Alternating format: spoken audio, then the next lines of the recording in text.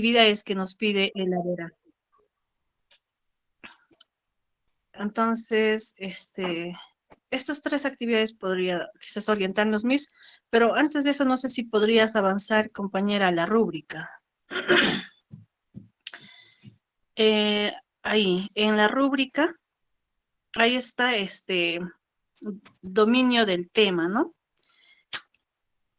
Ahí está sobre el dominio del tema, la fluidez, coherencia de las ideas también, sustenta, y ahí nos dice, durante todo el debate, mostró fluidez y coherencia en las ideas planteadas, todas las ideas expuestas fueron argumentadas, y luego nos comenta, citó más de 3 referencias relevantes durante su participación, y sobre las conclusiones del debate.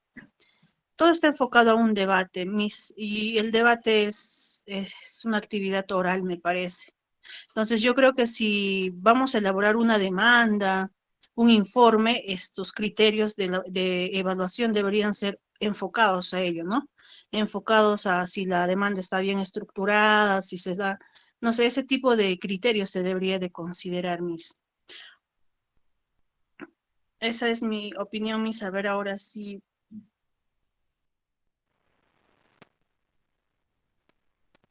¿Puede subir, por favor, la de la rúbrica?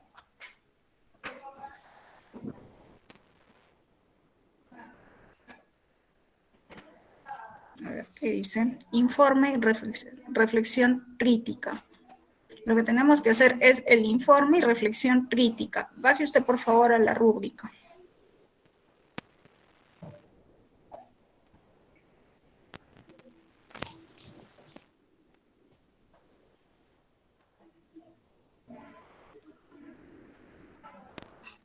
Uy, ahí se han... No... ¿Puede bajar un poco más?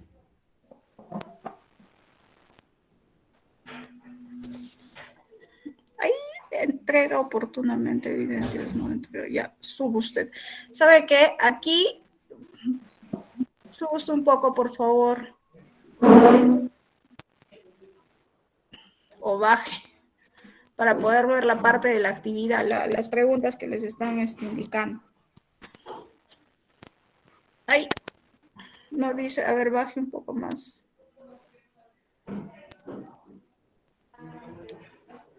Ahí quédese, ahí quédese.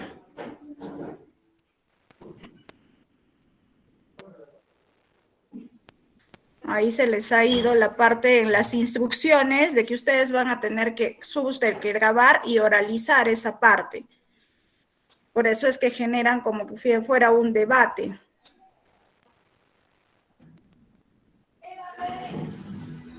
Entonces, para subsanar ese hecho, voy a mandar la información al departamento académico y además subsanaríamos con ustedes de una vez. Baje usted por favor la parte de la rúbrica con solamente presentar o absolver ese análisis que estamos pidiendo, y en vez de durante todo el debate mostró fluidez y coherencia, va a tenerse que modificar a la presentación del documento escrito que ustedes van a realizar.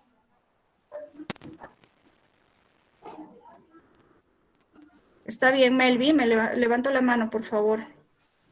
Sí, doctorita, justo eso es lo que en realidad se quería, ¿no? Para que haya una coherencia. En realidad, hacer el debate de manera así, virtual es un poquito complicado, y además todos los grupos van a debatir sobre el mismo tema, o sea, no hay coherencia. Entonces, lo que sí podría hacer es que se modifique, ¿no? En la rúbrica enfocado al trabajo escrito de lo que nos pide el trabajo. Sí, efectivamente, lo voy a Ahí hacer. sería Por favor, muchísimas gracias por hacerme esta observación. Igual la voy a hacer conocer yo. Y sí, en la parte se han olvidado la parte de abajo, incluir que tenía que ser para toda la... O sea, tenían que grabar ustedes, ¿no? Pero, sin embargo, no se preocupe, voy a mencionar. Doctora, así, incluso si podíamos grabar, o sea, el trabajo que nos pide, realiza un informe, también nos pide elaborar una demanda, o sea, esos trabajos son trabajos de redacción. Entonces, yo creo que ahí tampoco se pudo haber hecho un debate, ¿no? Sino que se debió de haber modificado quizás las indicaciones incluso para que pueda ser Sí, un debate, una participación sí, oral. Y efectivamente. por otro lado, doctora, por favor, yo le voy a suplicar que también tenga en consideración, porque la misma rúbrica que se ha establecido en el PA1, y muchos de nosotros pues siempre estamos enfocados en la rúbrica porque ustedes califican un trabajo en función a esa rúbrica. Exactamente. Entonces ahí Ok, hay un tiene poquito usted de razón, sí, no se preocupe, reconsideración, Miss. pero sí, yo he verificado más bien los trabajos, he verificado eso, estoy corrigiendo y estoy también, obviamente les estoy calificando de acuerdo al análisis que ustedes han puesto. Doctora, Más justo bien, también por eso estoy preocupada porque no había coherencia en el desarrollo del trabajo con la rúbrica. ¿En Y qué? la verdad me Sí, pero, preocupa qué nota vamos a poner. a ver, perdón un momentito. Si bien es cierto, o sea, cuando ustedes cumplen la parte de analizar, realizar la demanda, verificar la cuantía, verificar si es que procede o no procede, ¿qué harían ustedes? Emitir opinión, o sea, yo lo que leo es el trabajo y efectivamente la rúbrica corresponde a los 4 puntos, entonces les pongo los 4 o los 5 o los 3 o los 2, dependiendo de lo que se vaya o se pida en el análisis. O sea, si a mí me dicen análisis y por A o por B ha habido algún problema en la rúbrica, obviamente no le voy a poner, no hizo el análisis 0. No, o sea, no hizo el debate. Oiga, pero sí es un evidente error material. Cuando ustedes vayan a la parte de derecho administrativo, incluso en la parte de derecho procesal civil 2 o en TGP que han debido señalarles, les han debido enseñar el error material, ¿no? El error improcedendo, el error se me fue. Entonces, error en el proceso y el error material, que sería eso. El error en proceso, que es el error improcedendo, y el error material cuando ha habido algún error en cuanto a la información que se le está dando. Debió consignarse 4 y se consignó 5, y no fue por culpa de uno, sino que obviamente no nos hemos dado cuenta. Entonces, ese es un error material. Debió consignarse una C y se consignó una S, también es un error material. Entonces, cuando ustedes en el ejercicio de la profesión se equivoquen en algo, lo primero que tienen que hacer es, ¿qué tipo de error ha sido? ¿No? Si es un error en el proceso, error material, generalmente apelamos a este error material porque ha podido haber alguna distracción, pudo haber algún motivo que no se subió bien esta rúbrica, pero eso no significa que vaya a afectar el fondo de la calificación que les corresponde, ¿no? Ya sería algo, algo de verdad ilógico que yo, ya no cumplió con el debate, les pongo 0. ¿Estaría bien? No, ¿no es cierto? no, doctora, más bien Sería gracias por hacerlo sus así, palabras, sería el porque colmo más bien.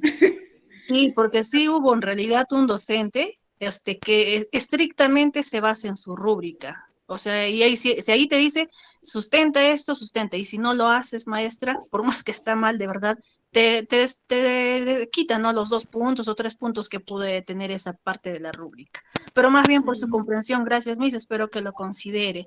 En cuanto al PA2, Misita, disculpa mi última participación, yo más bien le podría solicitar, por favor, que nos comparta un modelito de informe legal, seguro que por ahí usted pueda tener, y un modelo de una demanda para tratar de guiarnos, maestra, por favor.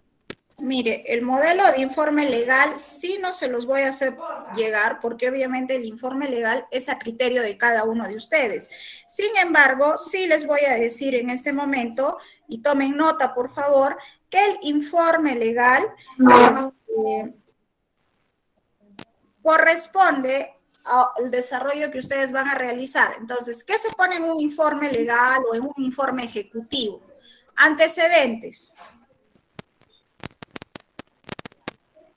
En los antecedentes, de acuerdo a lo que nos están señalando, si nos dicen, la señora cometió parricidio, entonces pues nosotros pondremos, con fecha tanto, la señora fulana de tal contrajo nupcias con el señor y a raíz de esas, o producto de esas nupcias, nacieron los hijos Z y R. Con fecha tantos, el hijo, el primogénito, nació en tal fecha, en tal lugar, con fecha tantos nació el segundo hijo, con fecha, no sé, ustedes van poniendo las fechas, van haciendo, ¿no? Van construyendo ustedes en ese momento, digamos, algunos hechos que se vinculen al caso que nosotros les estamos dando. Esos serían los antecedentes. Luego vendría la parte del análisis. En cuanto al análisis, ¿qué es lo que les están pidiendo? Oiga, yo quiero saber si mi demanda procede o no procede, pero ya está en el estado de apelación. ¿Va a proceder? ¿Qué debo de presentar? Ya no debo presentar nada. Algo se debe presentar adicional a todo lo que ya presenté, digamos que esa es la pregunta. Entonces, en el informe, ustedes en el análisis dirán, de acuerdo a la consulta realizada y a los antecedentes verificados, no corresponde realizar la siguiente, la apelación o la demanda. Sería preferible que primero agoten la conciliación y ver si es que un acuerdo de partes, no lo sé. O sea, ese tipo de análisis ustedes lo tienen que hacer. De acuerdo a la ley o de acuerdo al Código Procesal Civil, se debe presentar la apelación transcurridos los 5 o los 10 días o 3 días de haber recibido la notificación de la sentencia.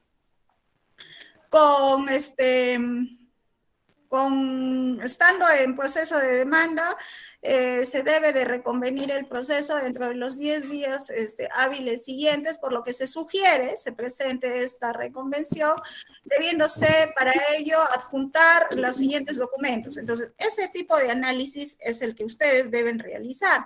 Finalmente, conclusiones.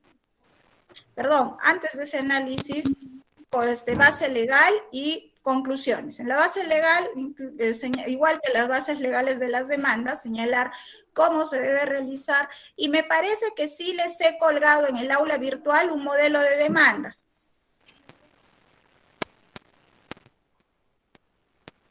Y debe estar en el proceso 1. Igual les voy a colgar un modelo ahora también de demanda de retracto, que es el tema que nos toca. ¿Ya? ¿Alguna otra pregunta, por favor? Entonces, copiaron, ¿no? Las partes de un informe legal o ejecutivo, que a veces le llaman. Sí, doctora Regina me responde. Melvi, ¿alguna otra pregunta? ¿Puede repetir, doctora, para ver si está bien el orden? Antecedentes, análisis, base legal y conclusiones. Perfecto. Ya, gracias. Gracias a ustedes. ¿Alguien más? Gracias, doctora. Muchas doctora, gracias. Buenas noches, disculpe. Buenas noches, Mayra, dígame. Doctora, independientemente del orden que usted haya dado para el informe legal, nosotros, por ejemplo, en mi caso, yo lo elaboro de otra forma. ¿No habría inconveniente con el orden que yo utilizo siempre en mis informes legales? Perdón. O sea, ¿usted tiene un modelo de informe legal o usted desarrolla un informe legal de otra forma?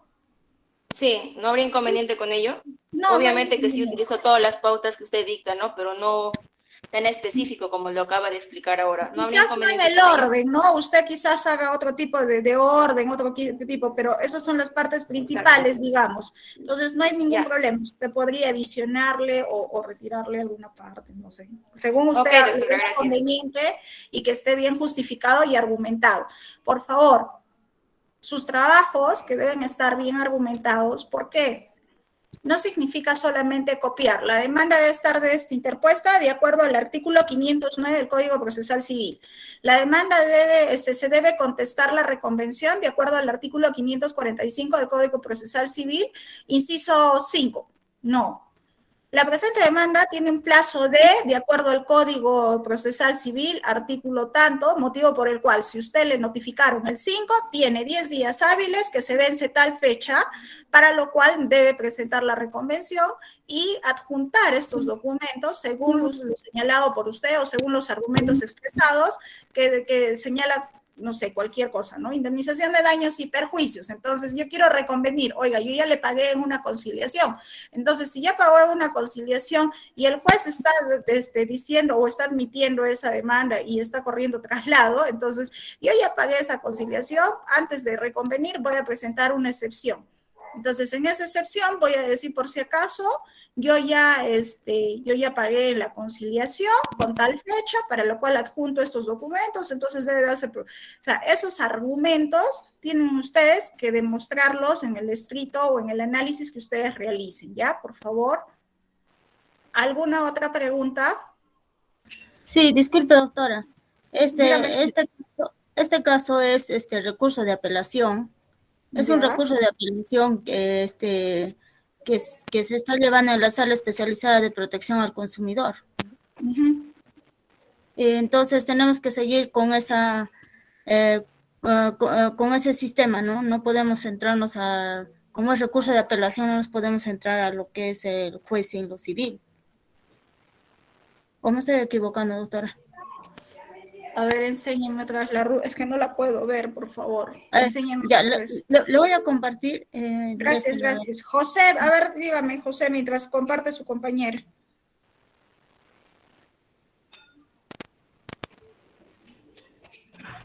Sí, doctora, disculpe, buenas tardes por intermedio de usted a todos los compañeros. El orden que estaba mencionando usted para poder dar el bosquejo y el contexto, tanto de la forma y del fondo para el informe, tenemos que tener siempre la base, como usted mencionaba, legal, pero también se puede adicionar alguna jurisprudencia. La base legal, si ustedes pueden adjuntar jurisprudencia, sí. Claro. Okay, ahí está, doctora.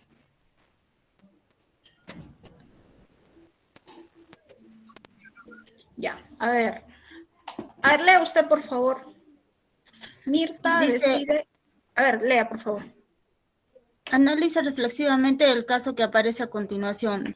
Marta decide iniciar un proceso ante la Comisión de Protección al Consumidor, debido a que retiraron de su tarjeta de crédito la suma de 10,000 soles, al estar en desacuerdo con la resolución debido a que su denuncia fue declarada infundada, interpone un recurso de apelación contra la citada resolución y la Sala de Protección al Consumidor.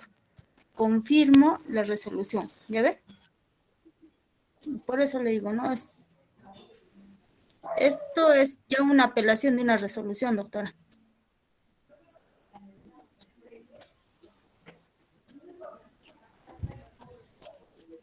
Marta decide. La resolución está confirmada, o sea, por eso tienen que apelar. Claro, ya existe una resolución, ya, o sea, la demanda tenemos que hacerlo para que se revoque esta resolución. Sí. Porque a la señora prácticamente no le están dando la buena pro, como quien dice. No es la buena pro, o sea, no le están dando la razón. Claro, no le están dando la razón, doctora. Y como no le están dando la razón y están confirmando en la sala, ¿qué es lo que usted podría hacer? Por eso es que le decía que el proceso en este caso tengo que seguirlo en la Sala de Protección al Consumidor, ¿no? No puede ser en la Sala Civil, que tendría que ser por daños y perjuicios, y este caso no es daños y perjuicios. No es daños y perjuicios, es otro tipo de proceso. Claro, otro tipo de proceso, doctora. Eso no me quería preguntar. Okay, doctora, disculpe, en este caso sería proceso administrativo nada más, no todo bajo ese marco, ¿no? No, existe una infracción a la protección al consumidor. Claro, pero sí, sería no es civil ni penal, administrativo, nada más, administrativo, dentro del marco administrativo, nada más. Pero si fuera... Indecopi solamente parte administrativa, porque Indecopi ninguna de las instancias da sentencias de cárcel ni de Eso restricciones de tendría que derechos, ser ¿no? penalizado ya, compañero, pero no está Si fuera, pidiendo penalizar. no, pero si fuera solamente A ver. proceso administrativo, compañeros, o sea, el contenido que nos pide no tendría sentido. Nos dice que tenemos que elaborar un informe legal, nos dice que tenemos que elaborar una demanda. Claro, No, la demanda tenemos que solicitar una revocatoria a esa resolución. pero ahí A va el ver, tema, y yo estoy de acuerdo contigo en tu discúlpenme. apreciación. Ahí viene un poco la A ver, equivocación, por ¿no? favor, jóvenes, en este momento, o sea, es lo que ustedes tienen que analizar. El tribunal confirma la resolución. Entonces, si ya tengo una resolución, en primera, les estoy adelantando la tarea. Si tengo una resolución que me declara infundado, interpone la demanda contra la citada resolución y la sala de protección al consumidor confirma la resolución. Y yo les dije en clases, a ver si se acuerdan. Cuando yo presento, no les voy a hablar de un proceso administrativo. Cuando yo tengo un procedimiento administrativo, primero interpongo un recurso de reclamación, un recurso de revisión contra determinado expediente. Posteriormente, me declaran infundado. En la vía administrativa les estoy diciendo, me declaran infundado. Yo tengo 15 días hábiles para poder reconsiderar, o si no quiero reconsiderar porque no tengo un medio probatorio adicional, puedo apelar y de frente me voy a la apelación. En la apelación también tengo 15 días, el superior, que vendría a ser, digamos, si lo presento al tribunal del consumidor, es la sala de protección del consumidor, que es el tribunal tiene varias salas. Si lo voy a presentar tengo un problema con la luz, lo voy a presentar el recurso de apelación a Ocinermin. Si tengo un problema con el teléfono o con el internet, voy a presentar la apelación a OCIPTEL, porque en primera instancia lo conocen las instituciones que tienen conocimiento. Si en este caso, si es Luz del Sur, Luz del Norte, SEAL, Luz Huancayo, o la empresa de luz en el Cusco, o en Arequipa si es SEAL. Si tengo un problema en el servicio del agua, lo presento en la EPS que corresponda. Presento la apelación, presento la reconsideración, posteriormente la apelación, y la apelación lo van a resolver el tribunal. Entonces hemos dicho en algunos, dependiendo de la institución, el Tribunal de Protección al Consumidor, el Tribunal de Ocinermin, el Tribunal de OCIPTEL o el Tribunal de SUNAS, que vendría a ser el TRAS en este caso. Y en el INDECOPI es el Tribunal de Protección al Consumidor. Cuando no estoy de acuerdo con la resolución que me emite en última instancia el tribunal, ¿qué voy a aplicar o qué voy a pedir?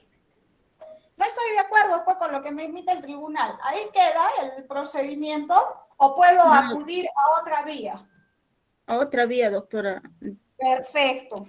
Pidiendo la nulidad. ¿En lo civil? Podría ser en lo civil, doctora, pidiendo la nulidad. ¿No es cierto? ¿Cuál es la vía jurisdiccional? El juez civil. El juez. No, sumarísimo, no. Hemos hecho la primera unidad, proceso de conocimiento. Abreviado. Segunda unidad, proceso abreviado. Ya, y hemos visto qué asuntos se llevan y qué asuntos no, ¿o no? ¿Se acuerdan? Sí, doctora. Ya, entonces, si estamos en la segunda unidad, ¿qué proceso podríamos llevar?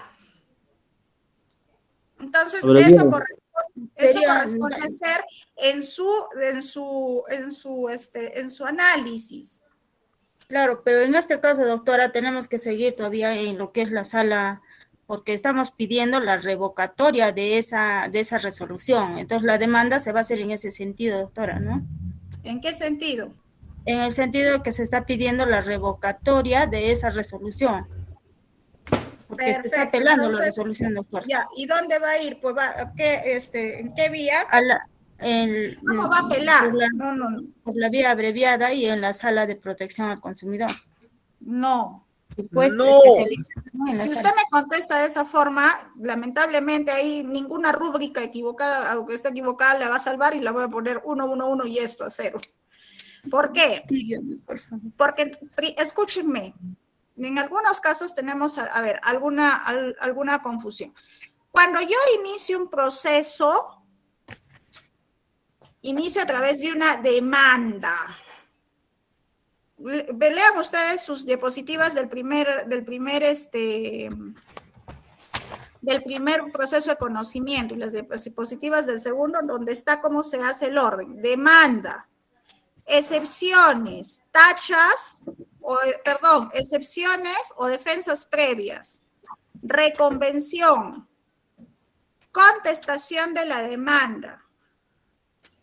Luego de esto, el juez va a dictar un auto de saneamiento del proceso, fijación de puntos controvertidos, y luego va a dictar una audiencia de actuación de medios probatorios.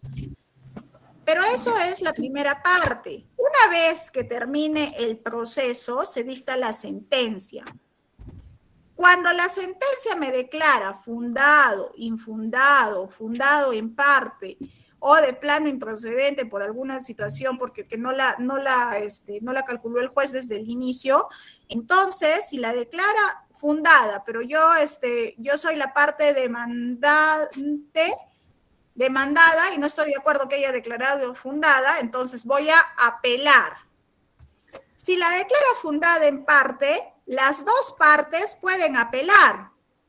O una de ellas puede apelar y la otra parte puede adherirse a la apelación. O la declara otra cosa que no corresponde al petitorio que yo estoy señalando. En esa situación yo apelo. Pero no voy a apelar en el proceso civil y en el ámbito jurisdiccional. No puedo apelar contra otro órgano que no sea la misma el Poder Judicial. Entonces, si usted me dice, voy a apelar a la sala de protección y voy a pedir la revocatoria, no. Lo que yo tendría que pedir al juez es, solicito efectivamente, sí, la revocatoria o la nulidad de la resolución número tantos emitida por el Tribunal de Protección y de Protección al Consumidor por los siguientes fundamentos, y empieza sus fundamentos de hecho, de derecho, el monto del petitorio, si tiene monto del petitorio o no, todas las partes de su demanda que están en el artículo 424 y 425 del Código Procesal Civil. ¿Ya? ¿Entendido, Sí, Silvia? Sí, lo he entendido. Muchas gracias, doctora. Fiorella, dígame. Doctora, buenas noches. Disculpe, quiero entender, en el desarrollo del trabajo tiene tres partes el PA, ¿verdad? Uno va a ser elaborar el informe legal, la segunda que es responder la pregunta como abogado y justificarla, y la tercera sería elaborar la demanda, ¿verdad? Sí. Ya, listo. Ya, doctora, gracias. Uy. Gracias. Luis, dígame. Doctora, una consulta. Supuestamente cuando uno inicia un proceso, digamos, en una institución, digamos, por ejemplo, en este caso de lo que están hablando de la protección del consumidor, uno presenta una nulidad o algún documento, le responden negándole, uno, ¿cómo se llama? Pide la reconsideración y luego recién pide la apelación, ¿verdad? Entonces, cuando uno pide la apelación en esa institución, te da la opción de ir allá ¿cómo se llama? A la vía judicial, y en la vía judicial solicitas la nulidad de esa resolución. ¿Eso es lo que nos quiere decir? Sí, efectivamente. Se agota primero la vía administrativa. Pero cuando se inicia ante el Poder Judicial, o sea, se solicita la nulidad de la apelación que se ha hecho en la protección del consumidor, ¿verdad? Claro. O Gracias, solicita que doctora. se declare fundada o infundada, o que se vuelva a revisar, o de frente que se revoque esa resolución y sea declarada fundada. En ese Dependiendo del mismo, caso, la última pues. pregunta, doctora, en ese mismo documento que se hace ante el Poder Judicial pidiendo la nulidad Esa es la de ese demanda. documento, también se puede solicitar, digamos, la devolución del dinero. Esa es la demanda. Y lo que Ajá, usted me está pidiendo es una acumulación, podría ser una acumulación objetiva de pretensiones, ¿no? Porque es pretensiones. claro. Entonces podría solicitar, es una acumulación, perdón, una acumulación accesoria, ¿no? ¿Qué va a Ya. pedir como accesorio? Ya, pues, Ujú. Gracias, doctora. ya, ok. Ahora sí podemos empezar, jóvenes, o alguna pregunta más. No, sí, ya empieza la clase, doctora, gracias. Ok, entonces, en la clase anterior vimos el proceso abreviado, cuáles son los requisitos para presentar ese proceso abreviado, y ahora nos tocaba los asuntos contenciosos que se ven en el proceso abreviado. En este caso vemos la primera parte, que es la responsabilidad civil de los jueces, y otro proceso que es expropiación. Entonces, para ver la responsabilidad civil de los jueces, jóvenes, por favor, Código Procesal Civil, artículo 509. Y que alguien le dé lectura, por favor.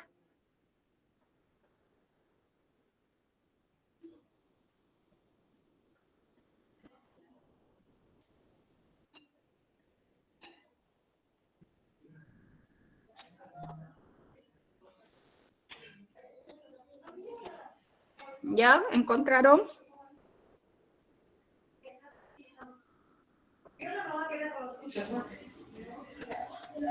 Sí, doctora, ¿le doy lectura?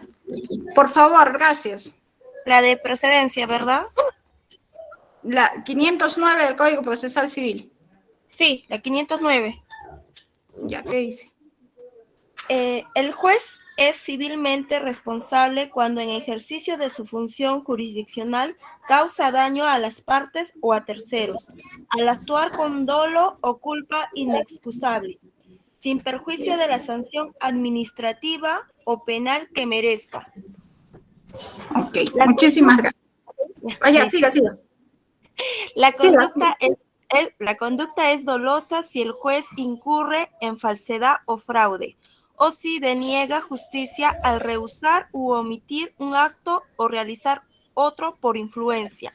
Incurre en culpa inexcusable cuando comete un grave error de derecho, hace interpretación insustentable de la ley o causa indefensión al no analizar los hechos probados por el afectado. Este proceso solo se impulsará a pedido de parte. Ok, muchísimas gracias. En este caso, debemos revisar lo que es indemnización por daños y perjuicios. ¿Por qué? Porque esto es la responsabilidad civil que va a acarrear cuando un magistrado no va a fallar de acuerdo a lo que establece sus funciones. En este caso, la indemnización por daños y perjuicios va a operar cuando tiene como resultado incurrir en esta responsabilidad de naturaleza civil, ¿no? Entonces, cuando nosotros tenemos la responsabilidad de naturaleza civil, como señala el artículo, no solamente es un perjuicio en la sanción de naturaleza civil, también puede ser administrativa o, en el peor de los casos, una sanción penal que ya correspondería en caso de que el juez actúe con dolo, ¿no? Entonces, necesariamente se va a revisar estos componentes de la responsabilidad civil para, ¿alguien está preguntando algo, por favor?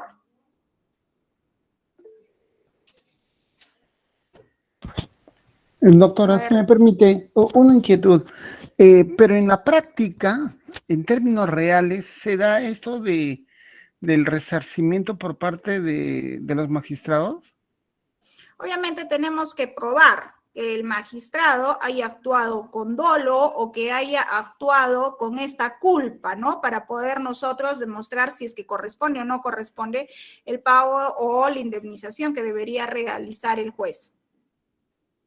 Ya, o sea, si usted prueba que el juez actuó con dolo, tendría que probarlo, ¿no? Para que pueda proceder su demanda, pero obviamente si no demuestra esta parte, no es solamente el hecho de que yo me pueda imaginar que el juez actuó de mala manera porque tenía algún tipo de influencias. Entonces, podría demostrarse esa influencia. Claro, tengo algún medio probatorio, tengo alguna grabación, tengo diferentes situaciones. Pero si no obtiene esa información o no tiene esos medios probatorios, ¿cómo le va a demostrar al juez que lleve la causa este hecho? Igual corresponde en todos los tipos de los procesos, cuando nosotros tenemos que demostrar, ¿no? Si yo quiero demandar a alguien por una deuda, tengo que demostrar que me debe. Si yo quiero demandar a alguien por indemnización de daños y perjuicios, tengo que demostrar que me ha ocasionado un daño moral, un daño físico, ¿no? Que a raíz de eso me haya surgido diferentes elementos en los cuales me haya impedido yo poder realizar mi vida común como lo realizaba. Si quiero demostrar en el divorcio por causal que mi esposo fue infiel, tengo que sacar la partida de nacimiento del hijo extramatrimonial. Si quiero demostrar que mi esposo es un toxicómano habitual, tengo que demostrar a través de un certificado médico que es adicto a las drogas o que es alcohólico. Si quiero demostrar que mi esposo tiene una vida o tiene actos deshonrosos en su vida, entonces tengo que demostrar, digamos, no sé, que haya tenido alguna denuncia, digamos, por actos de corrupción. Bueno, eso tiene una vida totalmente deshonrosa, yo no quiero estar con esta persona, por lo tanto tengo que demostrar esa situación. Si quiero demostrar que el juez ha fallado en contra mía porque ha recibido, digamos, alguna dádiva por la otra parte, tengo que demostrar esa situación. Pero si no la demuestro, lamentablemente va a salir infundada mi demanda, ¿ya? Entonces, en este caso, esta responsabilidad vendría a ser una responsabilidad de tipo contractual, porque cuando nosotros interponemos una demanda, va a haber un pacto tácito, ¿no?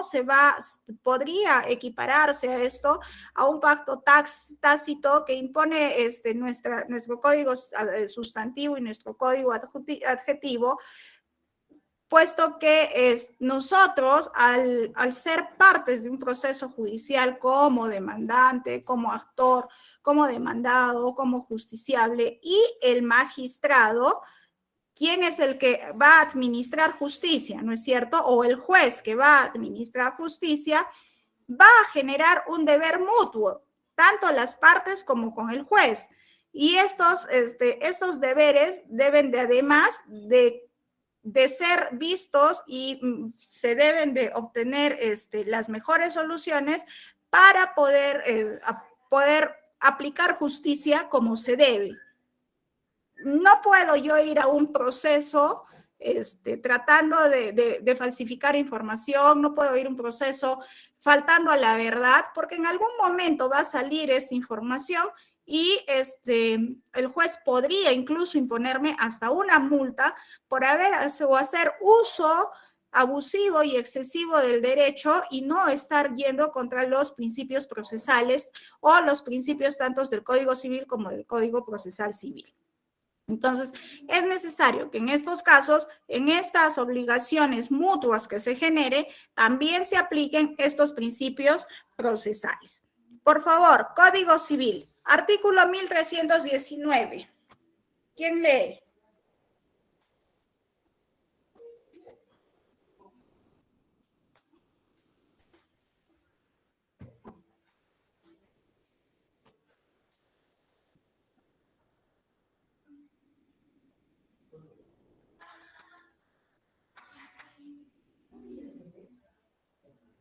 La señorita que nos ayudó leyendo el Código Civil anteriormente, ¿nos puede ayudar con el civil?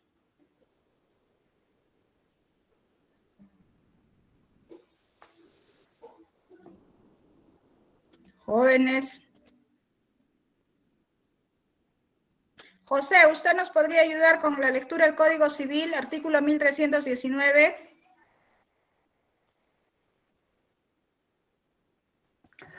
Permítame buscarlo, doctora, disculpe, como Ok, estoy en... muchísimas gracias.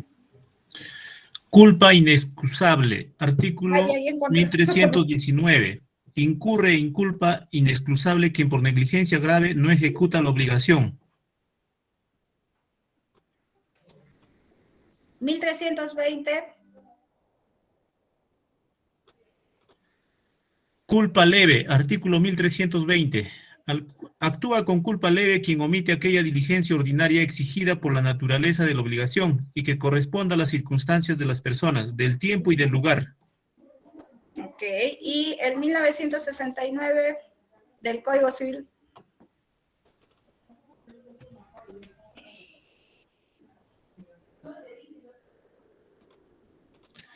Indemnización por daño moroso y culposo. Artículo 1969. Aquel que por dolo o culpa causa un daño a otro está obligado a indemnizarlo. El descargo por falta de dolo o culpa corresponde a su autor.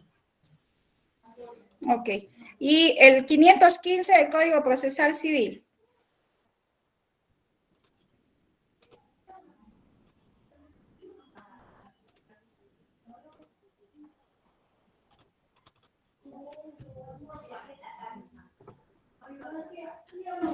Regulación de la responsabilidad. Artículo 515. El monto del resarcimiento, su exoneración y la carga de la prueba del daño causado se regula por las normas del Código Civil referidas a la inejecución de obligaciones en cuanto le sean aplicables. Ok, muchísimas gracias. En este caso, el monto del resarcimiento, y cuando nosotros querramos interponer una demanda por este motivo, tenemos que apelar a estos artículos del Código Civil y además el artículo 515 del Código Procesal Civil para que nosotros podamos tener ese factor que va a atribuirle la responsabilidad al juez, tanto en la culpa inexcusable o quizás en el dolo que pueda cometer. Entonces, en estos artículos hallamos la fundamentación también para que podamos interponer una buena demanda. Además, el juez nos señala que el juez va o tendrá una conducta dolosa cuando va a incurrir en falsedad, en fraude, en denegación de justicia, cuando se va a rehusar a omitir un acto o va a realizar algún otro por influencia, como yo les estaba diciendo, ¿no? Nosotros tenemos prueba de que el juez actúa dolosamente, ha emitido una resolución o ha emitido la sentencia de un proceso finalmente, acudiendo o amparándose en alguna falsedad, en algún tipo de fraude, en algún tipo de denegación de justicia. Oye, se pidió algún acto procesal y el juez lo denegó de plano, no tuvo un fundamento, no motivó la resolución para poder realizar este tipo de acto procesal. Cuando se ha omitido de realizar este acto procesal o cuando simple y llanamente porque es amigo, compadre de la parte demandada, entonces ahí actúa el juez de forma dolosa. Pero cuando un juez va a actuar con una culpa, ¿no? Y que en este caso es la culpa inexcusable, cuando no se va a cometer un grave error, y este error grave sea de derecho o que va a realizar una interpretación insustentable de la ley, o sea, no tengo el sustento suficiente como para poder sustentar un artículo y lo hago de manera deficiente, simple y llanamente no lo hago, y además con esa resolución voy a causar un estado de indefensión a la parte que se vea afectada por esta situación. Otra cosa es que tampoco analice, digamos, los hechos que nosotros presentemos en nuestra demanda y que estos hechos, pese a ser sido probados, el juez las declare, no les dé la validez suficiente y afecte jurídicamente a la parte que va a ser vencida, ¿no? Entonces, además, el dolo no se presume, ¿no? Y se debe de probar. Y en el caso de la responsabilidad de los jueces, el dolo debe de ser probado. En estas conductas, tanto la conducta dolosa o tanto como la conducta culposa o con esta culpa inexcusable, el juez, cuando resuelva de manera contraria,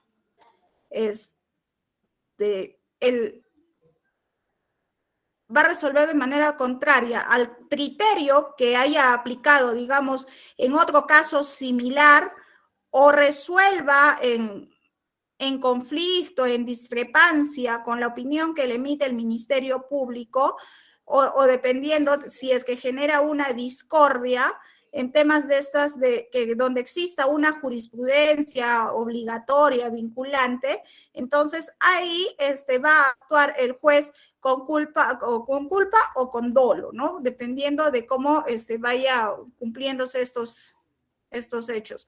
Entonces, si nosotros decimos que el juez actúa con dolo cuando realiza una falsedad, un fraude, una denegación de justicia, se rehúsa a omitir algún acto procesal, entonces eso es una forma de actuación dolosa. Pero si en este caso el juez no va a actuar no va a actuar de acuerdo a lo que ha emitido en otras sentencias. Ya yo saqué en la sentencia de indemnización, digamos, porque un médico no realizó una práctica que normalmente la realizaba y el juez ya en otros casos había declarado infundado y ahora declara fundado, entonces, ¿eso es doloso o es culpa? ¿Ustedes qué opinan? Doloso. Ya, ¿por qué sería doloso? A ver.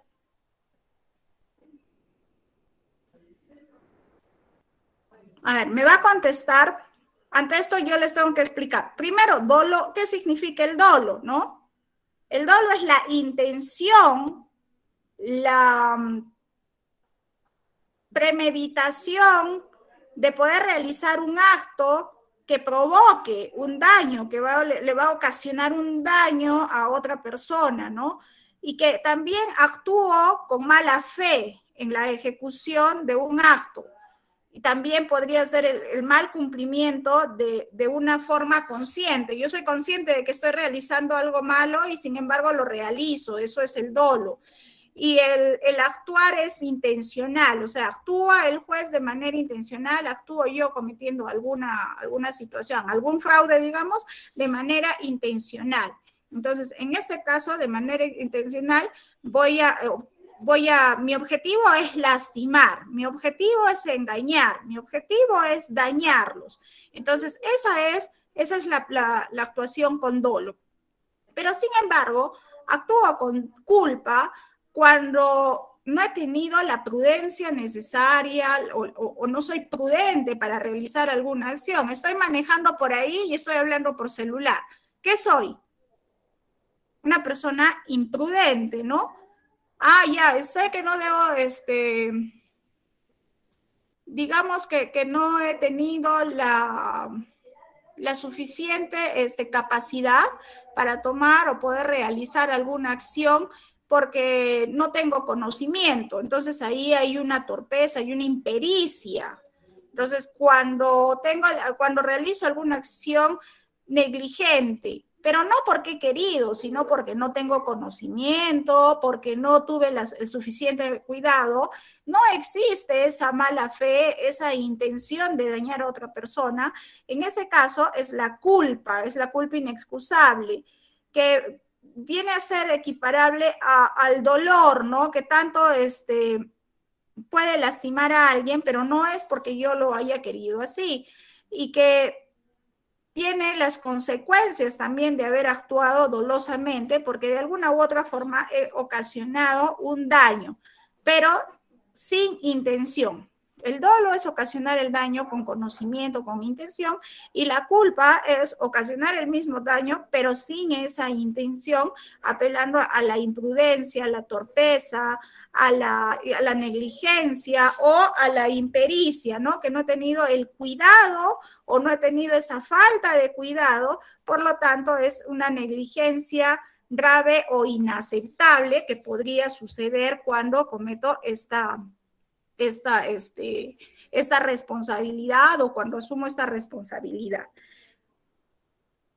¿Qué nos dice además la doctrina acerca de las características del proceso de responsabilidad civil de los jueces? Este proceso puede derivar en una acción penal, ¿no? Y en este caso es por la ignorancia o las negligencias inexcusables. El juez, por ser o por tener esa investidura, no podría tener ignorancia, no podría tener esta negligencia inexcusable, por lo tanto podría caer en una sanción penal o derivar en una acción penal. El proceso también es un remedio subsidiario. ¿Por qué nos dice que es un remedio subsidiario? Porque solo podría utilizarse cuando se hayan agotado ya todos los recursos legales para poder resarcir o remediar el agravio que nos ha podido ocasionar y bueno, ya hemos agotado todas las instancias. Entonces, solo así podríamos decir que es este remedio subsidiario. Cuando solo podría reclamarse en los perjuicios causados a los particulares o al Estado. En este caso, que sea estimable que la acción exclusivamente que sea una acción exclusiva del agraviado y sus causavientes. O cuando la sentencia en el proceso de responsabilidad civil de jueces no va a alterar el resultado del juicio, ¿no? Y en el que el agravio se presentó y esto va a producir la no alteración de la cosa juzgada. Entonces, esas son las características de este proceso. En cuanto al juez, ¿dónde debemos interponer esta demanda de responsabilidad civil de los jueces? La vamos a realizar ante el juez especializado en lo civil o el juez mixto, que es competente para conocer este tipo de procesos.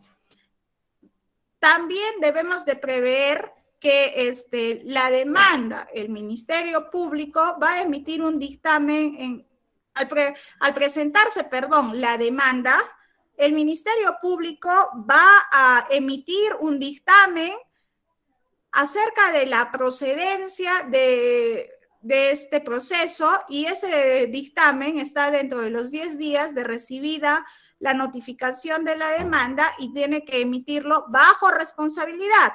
En caso de que él no lo haga bajo esta sanción, va a acarrearle una responsabilidad al fiscal que no emita ese dictamen. Además, también la demanda se va a interponer luego de que se hayan agotado los medios probatorios o los medios impugnatorios previstos en la ley. ¿Qué quiere decir? Si un juez ha fallado en primera instancia, fundado un proceso y ese proceso ha sido declarado fundado de manera dolosa, han incurrido al fraude, entonces tienen que agotarse todas las vías, ¿no? O sea, posteriormente me tocaría la apelación y el superior tendría que revisarlo. Finalmente podría casar y la Suprema también tendría que revisarlo. Solo así ya se podría interponer esta demanda de responsabilidad civil o que cuando se hayan agotado los medios impugnatorios que señala la ley. La demanda debe interponerse dentro de los 3 meses contados desde que quedó ejecutoriada la resolución que causó daño y se va a interponer en el proceso abreviado. Entonces, ¿qué proceso le corresponde a una demanda de responsabilidad civil de los jueces? El proceso abreviado. ¿Cuánto es el plazo? 3 meses. Cuando yo cuento meses, significa que cuento del 1 al 30 mes cerrado, del 1 al 31 mes cerrado, y otra vez del 1 al 30 mes cerrado, dependiendo. Si tengo días, días feriados, si tengo días que el Poder Judicial no haya trabajado, igual corren los 3 meses. No quiere decir que es como cuando presentan 10 días hábiles, ya, no cuento sábados y domingos y feriados. No, cuando nos dicen meses y años, corresponde a que sean meses cerrados, del 1 al 30, inclusive si es que en esos meses ha habido días, sábados, domingos, feriados, solamente se va a salvar ese plazo cuando haya habido alguna huelga debidamente aceptada del Poder Judicial, ¿ya? Entonces, cuando ustedes vean meses, tienen que tener en cuenta contar los días, 1, 2, 3, 4, o sea, contando sábados y domingos y feriados, solamente en caso de que haya huelga, no se computa el plazo, ¿entendido? No se les vaya a pasar el plazo, tengo 3 meses, entonces empiezo a contar, descuento sábados, domingos, feriados, y se me pasó el plazo y no pude interponer la demanda, ¿ya? Doctora, disculpe, entonces serían días naturales sin contar los feriados del Poder Judicial. Cuando nos dice plazos. Ok. Cuando nos dice, meses. ¿Ya? Porque en el proceso en sí nos dice 3 días hábiles para contestar a partir del día de la notificación o desde notificado. Ya, entonces yo cuento mañana, mañana es miércoles o el jueves y el viernes se vence, el viernes presento. Ya, me notifican en viernes y me dan 5 días, cuento a partir del lunes y el viernes se vencería, ¿no es cierto? Pero si me notifican y yo tengo 3 meses, tengo que contar sábados, domingos, feriados y solamente no se computaría plazo en caso de huelga del Poder Judicial, ¿ya? Además, esta obligación de pago de los daños y perjuicios es solidaria. ¿Por qué solidaria? Porque se pagaría entre el juez y el Estado, o los jueces que estarían colegiados y que expidieron las resoluciones causantes del agravio. Entonces, si un juez en primera instancia declara una resolución y la ha hecho de manera dolosa y en segunda instancia el otro juez que ve el caso sigue declarando fundado, pese a que se le haya demostrado que el primer juez falló de manera dolosa y no se da cuenta, entonces ya no solamente va a pagar el juez de primera instancia, sino también la segunda instancia, y si es que no lo hacen hasta casación, probablemente el de casación los va a hacer pagar va a declarar el de casación que se declare nulo o que vuelva otra vez a emitirse una resolución o que sea declarada fundada. Entonces, la persona agraviada tendría que interponer la demanda de responsabilidad civil, además tendría que interponerla contra el Estado y contra el juez de segunda instancia que no amparó o que no declaró fundada o infundada la demanda dependiendo del caso. ¿Ya? La sentencia tiene efectos patrimoniales y en este caso no va a afectar la validez de la resolución que produjo el agravio. Es decir, si se declaró infundada, la demanda se va a seguir quedando infundada. Voy a obtener quizás mi declaración de fundada, no de fundada, sino voy a obtener un resarcimiento a esa resolución a través de la responsabilidad o de la indemnización que pueda pagar el juez una vez amparado o una vez declarada fundada la demanda que se interponga. Si al declarar infundada la demanda, el juez considera que el demandante ha actuado con malicia o si durante el proceso ha difundido información falsa a través de los medios de comunicación que pueda afectar el honor del juez, en este caso, se le impondrá una multa no menor de 10 ni mayor de 50 unidades de referencia procesal a la persona que está, en este caso, alargaviado. ¿Cuánto es 10 unidades de referencia procesal? ¿Se acuerdan? 4.440. Ya, esa es 4.400 son 10 unidades de referencia procesal. Perfecto. ¿Y cuánto es 50 unidades de referencia procesal?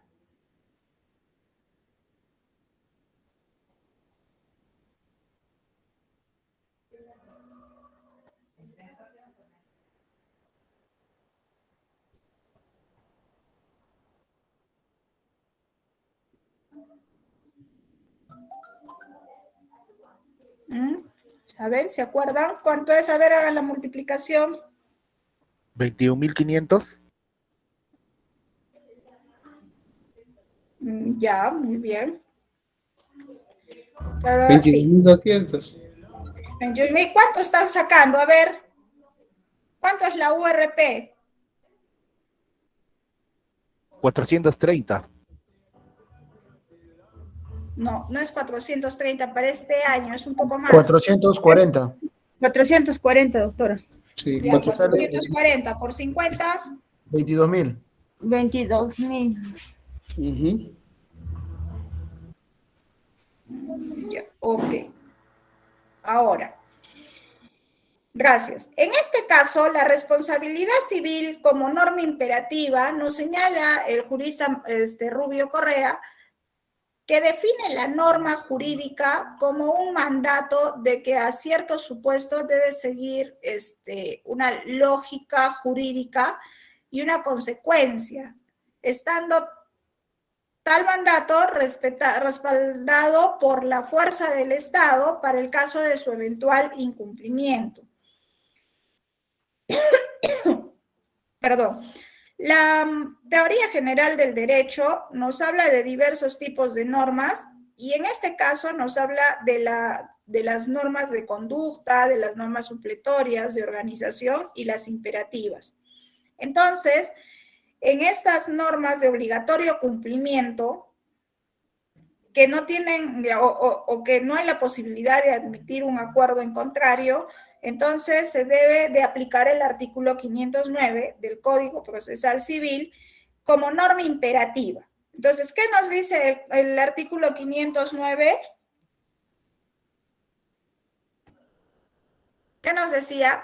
El juez es civilmente responsable cuando en ejercicio de su función jurisdiccional cause daño, ¿no?, a las partes o a terceros y al actuar con dolo o culpa inexcusable. Entonces, en este caso va a ser una norma imperativa y que también la va a señalar expresamente al juez que actúe de esta forma y va a establecerse la responsabilidad que pueda tener. Y a veces,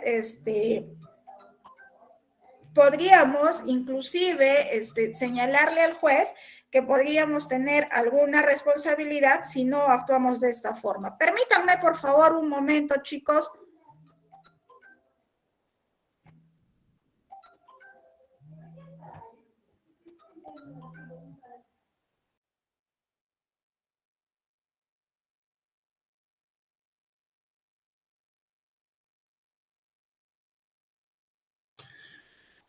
Señorita delegada, por favor, ¿puede informar si el PPT está en plataforma? El PPT que está mostrando la docente.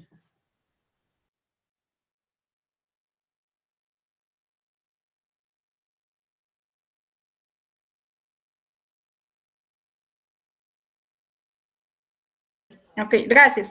No están colgadas los PPTs todavía porque dicto la clase y después después cuelgo el PPT. ¿Ya?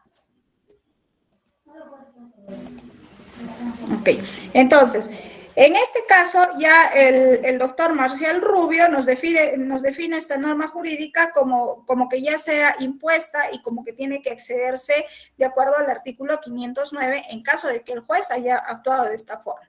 Ahora, en cuanto a los principios que nos señala el título preliminar del Código Civil, es el ejercicio abusivo del derecho y el principio de iuria novit curia.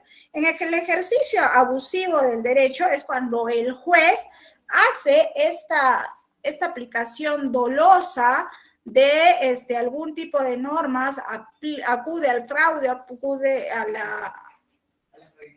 engaño para poder realizar algún acto procesal o emitir finalmente una sentencia. Y en el caso del principio de iuria novit curia, el juez y el derecho no aplica el derecho correctamente. Es obligación del juez aplicar la norma, aunque no haya sido establecida por él, o no haya sido aludida por la persona o por el demandado o el demandante. En ese caso yo me podría equivocar, pero el juez, sin embargo, tendría que aplicar el derecho como debe de ser. En este caso podría ocasionar o provocar este agravio a las partes de no cumplir con las finalidades del proceso.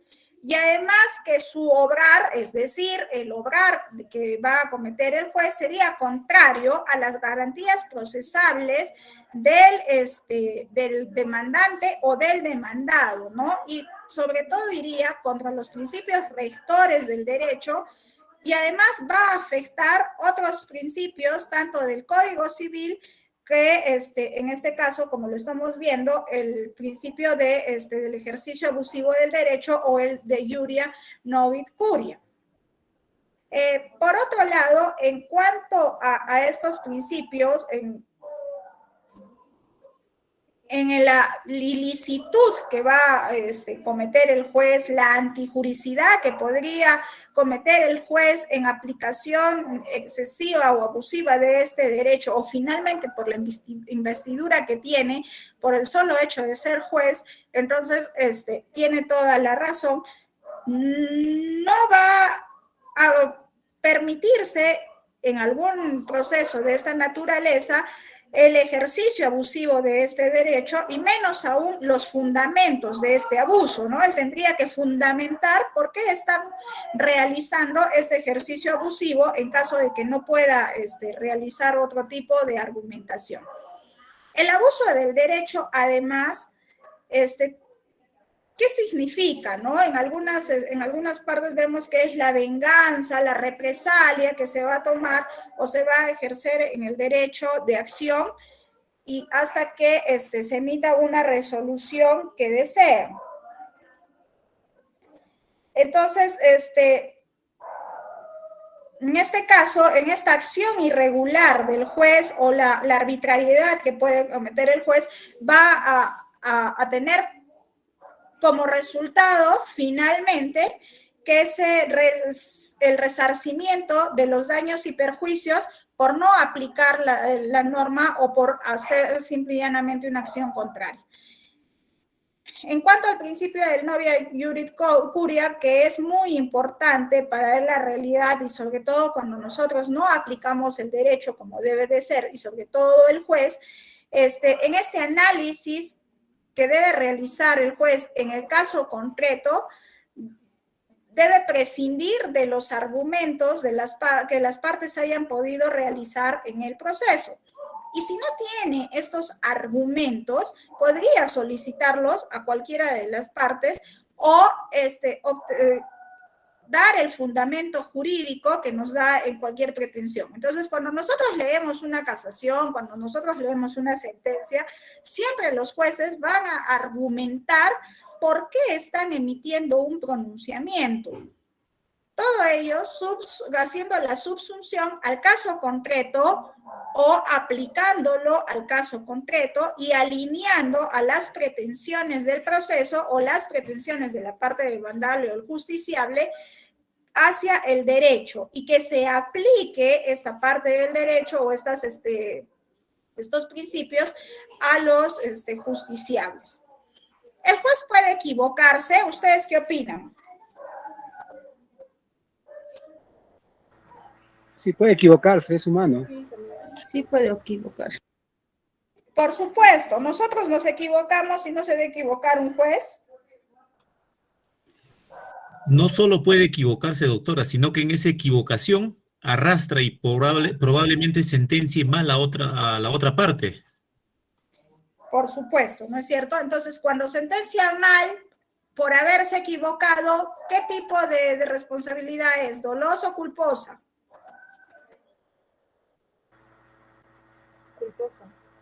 Culposa, profesora. ¿Y qué pasa si es que aplica una norma derogada? Dolosa, doctora. Si es que tiene conocimiento, sería doloso. Y finalmente eso va a acarrear un daño, ¿no? A cualquiera de las partes.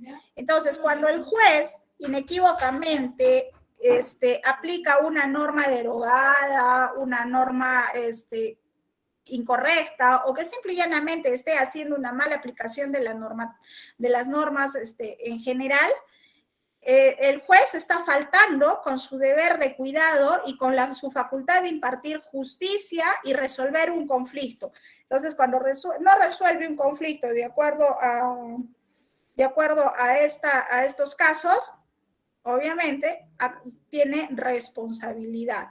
Ahora, el operador del derecho, en este caso el magistrado, está habilitado a decidir sobre las personas y sobre sus pretensiones, ¿no? Y el Estado, que está representado a través del juez, vendría a ser una organización jurídica política.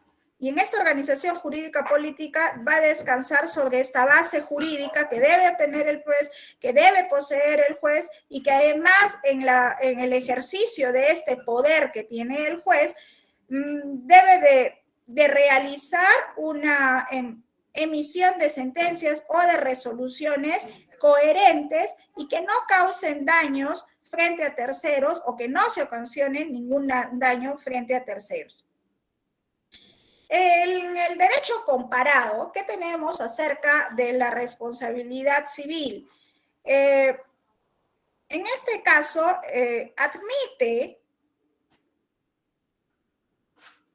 que el juez no debería tener ningún tipo de responsabilidad civil porque no tiene una inmunidad absoluta y que estos daños ocasionados son ejercicio de la función. Y cuando uno está en ejercicio de la función, no deberíamos tener estas responsabilidades. En la segunda, se atribuye la responsabilidad del juez frente al Estado y estos daños causados en la actividad judicial. Entonces, en algunas legislaciones no se admite, ¿no?, el tipo de responsabilidad de parte del juez, como es en el derecho anglosajón, en los Estados Unidos, no habría la responsabilidad del juez porque no se admite en este tipo de legislación. Sin embargo, en otras legislaciones como la nuestra, sí se aplica esta responsabilidad y además mencionaría que esta responsabilidad podría generar algún tipo de resarcimiento frente a las partes.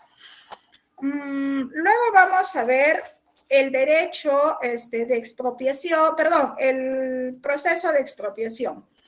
¿Qué es el proceso de expropiación? Primero, es una institución del derecho público y que se manifiesta en la privación de la propiedad de manera legítima como resultado que se va a tener entre la lucha entre dos fuerzas que son totalmente opuestas, ¿no? Que vendría a ser una, la potestad que va a ejercer el Estado de expropiar a determinados bienes inmuebles. ¿Con qué objeto? Con el objeto de satisfacer las necesidades del interés general de una población y además del interés de quienes en algún momento son propietarios y no quieren ser desprendidos de su propiedad. En esta privación podría producirse una privación de la propiedad forzosa. Generalmente es la propiedad privada la que se va a ver expropiada, y además podría darse unas garantías para el administrado, pero no siempre se va a dar. Y siempre debe haber una ley que va a ser emitida por el Congreso de la República que justifique la causa de la seguridad nacional o la necesidad pública de poder expropiar algún bien. En este proceso debería de generarse la indemnización justipreciada del bien y además otorgarle la garantía del proceso a las partes. Si no produce esta situación, no va a proceder el proceso de expropiación. Por otro lado, el proceso de expropiación no solamente se regula en el Código Procesal Civil, sino además en la Ley 27117, que es la ley de expropiación, en las cuales nos señala el objeto de la expropiación, la adquisición de bienes, los bienes que pueden ser objetos de expropiación, que pueden ser inmuebles o muebles, siempre se da, o la doctrina se da en bienes inmuebles, y que además se declare la necesidad pública. Entonces, si no se declara la necesidad pública, no va a ser objeto de esta transferencia forzosa que vendría a ser la expropiación. ¿Qué nos señala el artículo 4 de esta ley marco de la adquisición y expropiación de inmuebles? Que además va a definir esta expropiación como la transferencia forzosa del derecho de propiedad y que está sustentada a causa de la seguridad nacional o de la necesidad pública. Entonces, si por seguridad nacional el Estado necesita de algún bien inmueble de propiedad privada, va a iniciar este proceso de expropiación. O por si necesita estos bienes para la necesidad pública. En este caso, cuando tenemos estos problemas por seguridad nacional o por seguridad pública, por necesidad pública, generalmente se da cuando se van a realizar obras en bien de la comunidad y que los beneficiarios seamos toda la población. Entonces, para el Estado es preferible obtener o realizar estos procesos de expropiación y que podríamos justipreciar el bien a fin de que la población goce de determinada obra. Entonces, cuando se hizo, por ejemplo, en Arequipa, el puente Chilina, se realizaron procesos de expropiación para poder tomar algunos bienes inmuebles y poder continuar con este puente. Seguro en cada una de sus ciudades también ha ocurrido casos parecidos donde la población ha sido la beneficiada.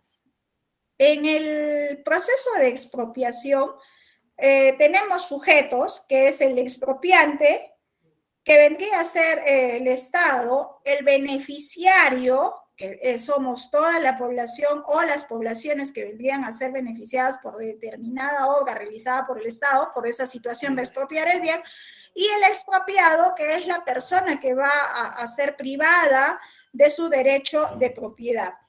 Cuando hablamos de expropiación, tenemos una teoría que es la función social. En este caso, en esta teoría de función social, se relaciona a que la propiedad podría o tiene una doble función. Primero, que es la función individual, y en la que el privado puede usar su propiedad para su beneficio propio, y en esta función social establece que los usos que pueda realizar una persona sobre la propiedad que tiene debe ser coherente con el bien común, y además no debe dañar a nadie por este uso de su bien común. Sin embargo, en aplicación de este bien común, de este beneficio común, también puede ser expropiado de acuerdo a esta teoría de la función social, para llevar a cabo la convivencia pacífica, que no haya ningún exceso y que generalmente la sociedad se vea beneficiada. Pero en esta teoría no se va a quitar el mérito de la propiedad privada, sino más bien se va a respetar esta propiedad privada, manteniéndola y que además pueda ser no puede ser objeto de expropiación muchas veces. En la Constitución también nos señala acerca del derecho de propiedad, ¿no? Que es absoluto e irrestricto y que debe ejercerse dentro de los márgenes que la ley y cumpliendo la función social también para la que se pueda dar. No sé si es que nuestra casa por nuestra casa necesita pasar alguna calle, en bienestar de la sociedad podrían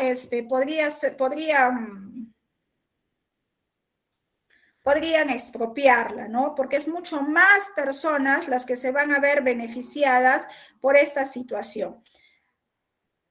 El Tribunal Constitucional también aplica esta teoría de la función social de la propiedad, pues la traduce constitucionalmente en limitaciones al ejercicio del derecho de la propiedad y en obligaciones que también están a cargo del propietario y que son impuestas entre unas y otras. Es decir, puedo tener un beneficio, pero también tengo que otorgar ese bien común. En el Estado moderno también tenemos la teoría de que son fines esenciales de promover el bien común y en el caso de la Constitución se consagra como deber primordial del Estado la promoción del interés general. Entonces, cuando hay esta promoción del interés general, debemos de aplicar el artículo 44 de la Constitución para satisfacer las necesidades que la sociedad requiera. Entonces, esta teoría de los fines del Estado necesariamente debe satisfacer las necesidades de la sociedad y que puedan realizarse las expropiaciones como medio para lograr un bien común o un interés general, nunca como fin mismo, y por esto es que la propiedad se va a ver limitada y decir que esta expropiación no sería denominada como en algún momento el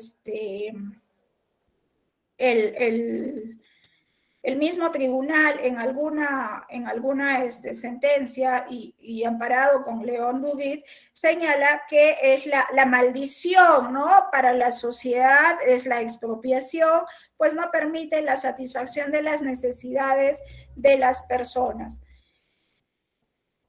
En otros casos hay una teoría que también se llama la de dominio eminente, donde el Estado no tiene una relación vertical y abusiva y arbitraria, donde no se hace este pago del justiprecio de la propiedad, no lo realiza en bien de la sociedad y que solamente por ser el Estado y que tiene el indiscutible derecho de expropiar la propiedad, lo va a realizar. Entonces, esta teoría es una teoría muy antigua que se da desde el origen feudal y por lo tanto no se aplica, ¿no? Salvo en estados arbitrarios, estados anarquistas o totalitarios donde los derechos de las personas no son considerados como tales.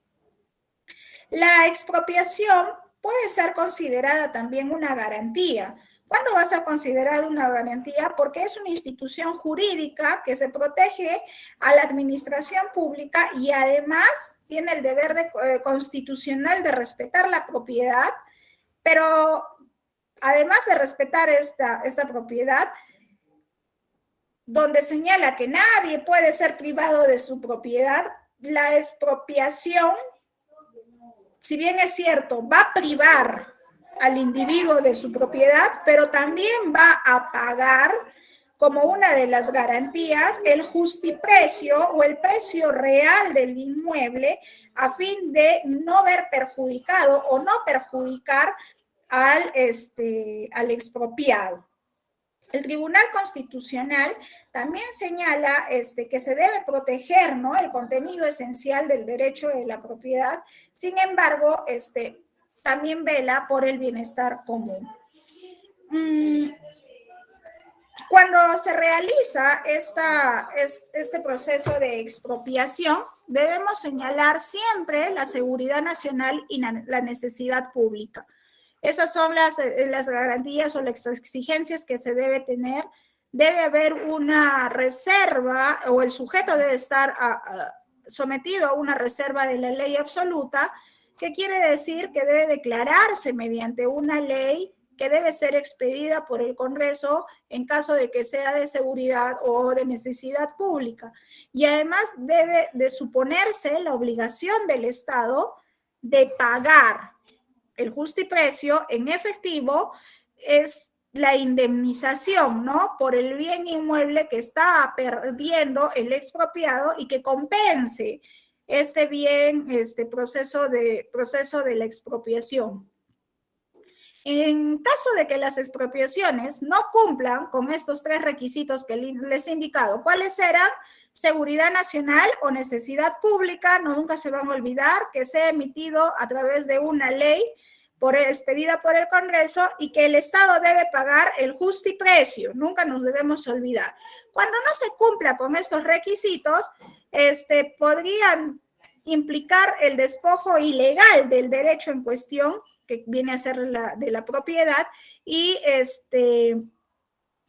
no habría esta garantía, y obviamente vamos a incurrir o tener que hacer un proceso contra el Estado a fin de que se puedan cumplir con estas garantías establecidas constitucionalmente y que no se incurra en la confiscación por parte del Estado, y que además el Estado no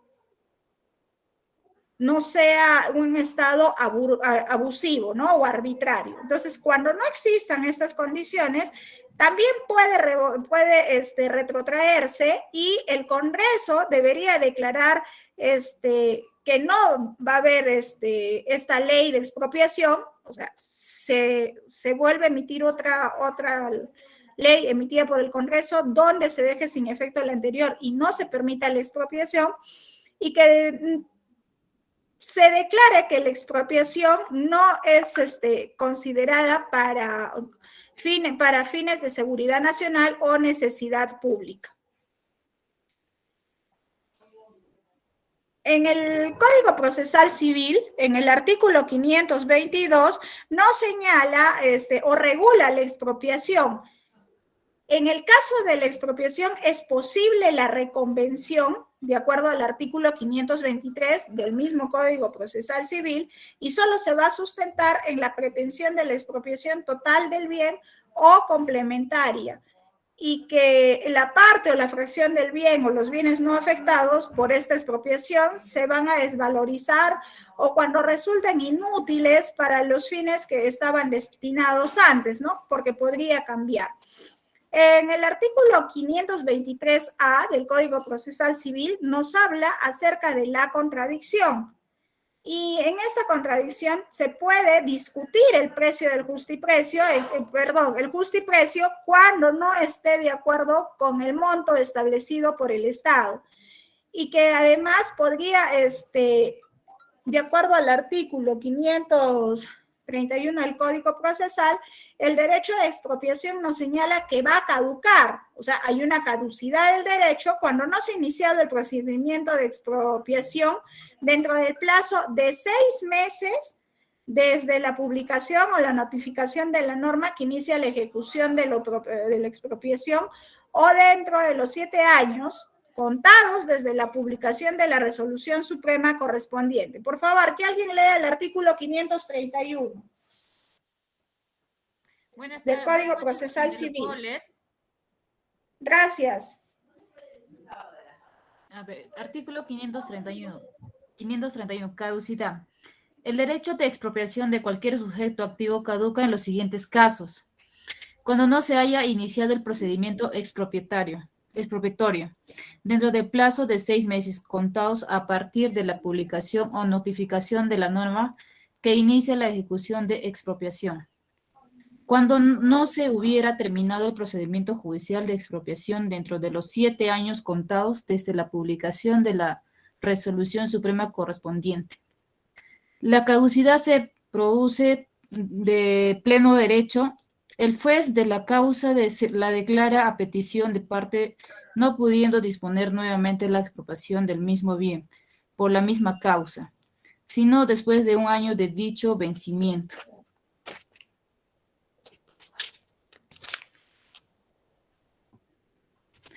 Eso es todo. Ok, gracias. En ese caso, por ejemplo, aquí ya nos señala acerca de la caducidad de este derecho y que se va a producir además de pleno derecho, de modo que el juez de la causa que conozca el proceso de expropiación declara a petición de parte y no puede disponer nuevamente de la expropiación y no puede hacerla después del año de vencimiento que señala la ley, ¿ya? ¿Cuáles son los requisitos que nos va a señalar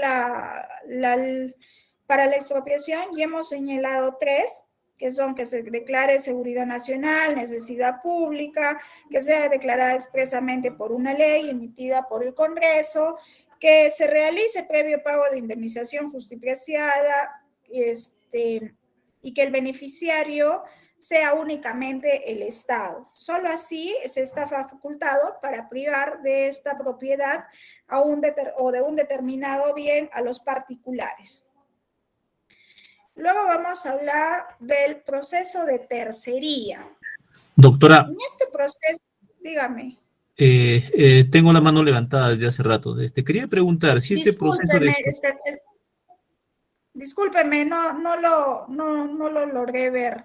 Dígame, Si este por favor, proceso José, de expropiación es dado para el bienestar de una población, ¿por qué existe tantos procesos judiciales en los que son pues esas casas antiguas, ¿no? Donde se va a trazar una calle, ¿no? Existen procesos pues de años. Si esta expropiación es válida, ¿por qué no se da en la realidad? Porque seguro la otra parte ha reconvenido y además en la contradicción no está de acuerdo con el justiprecio.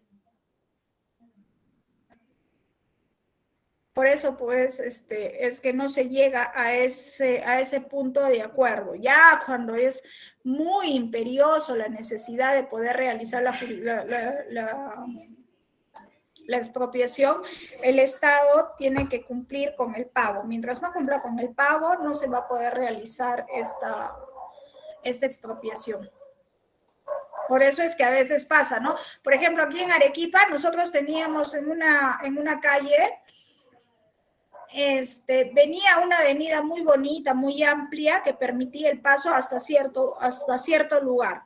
Y en ese lugar había un terreno, y en ese terreno había una pequeña edificación, pero era precaria. Sin embargo, no se podía hacer nada y no se podía continuar con esa calle porque simple y llanamente estaba esta propiedad. Con el paso de los años, el Estado, o a través del gobierno regional, no, a través de la municipalidad, logró expropiarse este inmueble para poder dar paso a esta vía, ¿no? Que descongestionaba de alguna forma gran parte de la ciudad o el tráfico de la ciudad por ese lado. Por eso es, señor José.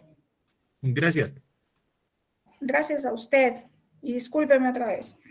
En el caso de tercería, vamos a leer el artículo 533 del Código Procesal Civil, por favor. Yo lo leo, magíster. Gracias. El fundamento. La tercería se entiende con el demandante y el demandado y solo puede fundarse en la propiedad de los bienes afectados judicialmente por medida cautelar o para la ejecución, o en el derecho preferente a ser pagado con el precio de tales bienes. Sin perjuicio de lo señalado, puede fundarse en la propiedad de bienes afectados con garantías reales cuando el derecho del tercerista se encuentra inscrito con anterioridad a dicha afectación. Ok, muchísimas gracias. En esta tercería, en este proceso, de acuerdo a nuestro código adjetivo, el derecho de propiedad o el derecho preferente solo puede fundarse respectivamente en la propiedad de los bienes afectados judicialmente por medida cautelar o para la ejecución, o en el derecho preferente para ser pagado con el precio de tales bienes. Entonces, en estos casos, el demandante y el demandado podrían excepcionalmente fundarse en la propiedad de bienes afectados con garantías reales, y cuando el derecho del tercerista se encuentre inscrito con anterioridad a dicha afectación. Además, en este caso, una de las partes que vendría a ser en el proceso de tercería, que sería el tercerista, es la persona cuyo bien está siendo afectado, ¿no? Por una medida cautelar o finalmente para la ejecución, y tiene este derecho preferente de pago. Entonces, si mi bien está viéndose afectado por alguna u otra razón, yo soy tercero en un proceso y mi bien se está viendo afectado, tengo este derecho para poder hacer el pago y no poder perder la propiedad que pueda tener. Por otro lado, el demandante, que vendría a ser el acreedor, y el demandado, que es quien se va a interponer la medida cautelar o la ejecución, va a conformar la parte pasiva o compleja, y es decir, va a ser un litis consorte pasivo necesario de este proceso y de esta obligación. La tercería de propiedad se va a entender sobre cualquier bien, que ya sea mueble o inmueble, y que siempre que cumpla con acreditar la propiedad, por lo menos con documento público o privado, o de fechas cierta, y que el bien esté siendo ejecutado o afectado mediante esta medida cautelar, o que ya finalmente ya esté siendo, ya se inicie un proceso de remate, ¿no? En esta tercería de dominio o de propiedad propiamente, no es un proceso definitorio del dominio o con efecto secundario al lanzamiento o el embargo del bien objeto de la tercería. Podríamos también entenderlo como, como un incidente de la ejecución, porque podríamos haber llevado todo nuestro proceso de manera limpia, de manera ordenada, sin nulidades, y finalmente nos podrían interponer una tercería de propiedad y este proceso se va a ver afectado por esta razón. Y que podríamos afectar también el bien de un tercero, ¿no? A través de este embargo o esta ejecución. En cambio, en la tercería de derecho preferente, vamos a tener la prelación del mejor derecho de la preferencia para el pago, y se va a dar a través de la oposición que se va a formular por el tercero y que va a interponerse dentro del proceso de ejecución, y que va a aducir la calidad de acreedor del ejecutado, y va a reclamar este derecho para pagar con el producto de la subasta, y además va a pedir que se le pague preferentemente con el producto o la realización de los bienes embargados, y que finalmente van a ser ejecutados. El tercerista en un proceso de ejecución,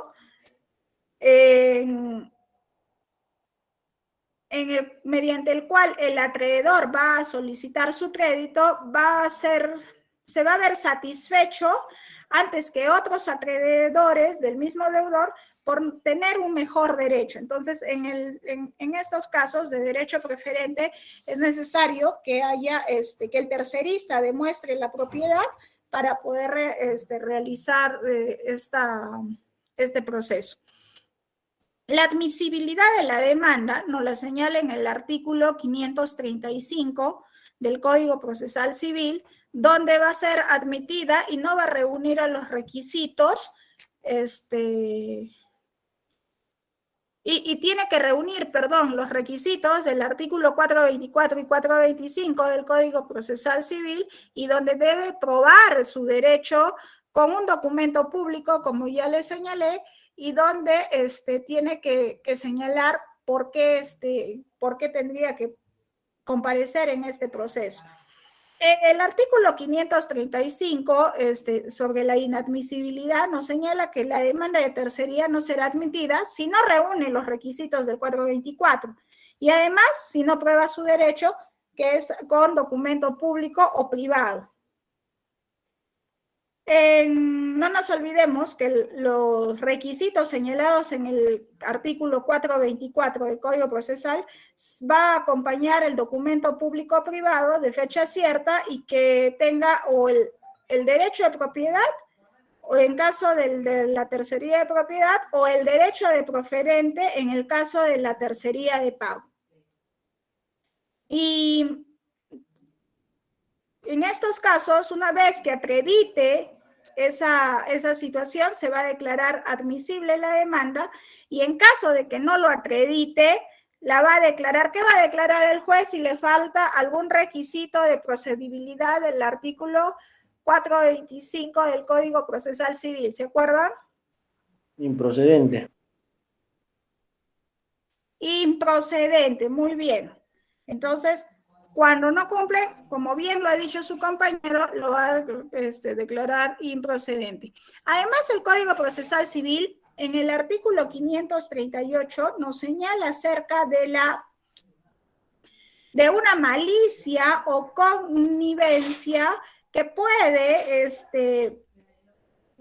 aplicar una de las partes, entre el tercerista y el demandado a fin de poder, de ser una argucia legal, ¿no? Para que no proceda este proceso. Entonces, en este caso se prueba la conveniencia entre tercerista y demandado y se impondrá a ambos y a sus abogados también de manera solidaria, es decir, que todos tienen que pagar una multa no menor de 5 ni mayor de 20 URPs.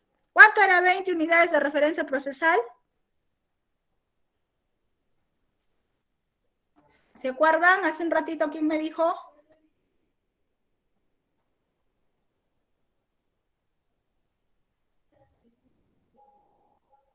Perdón, ¿cuántas? Jóvenes, perdón. 88.000, doctora. 28.000. 88.000. No.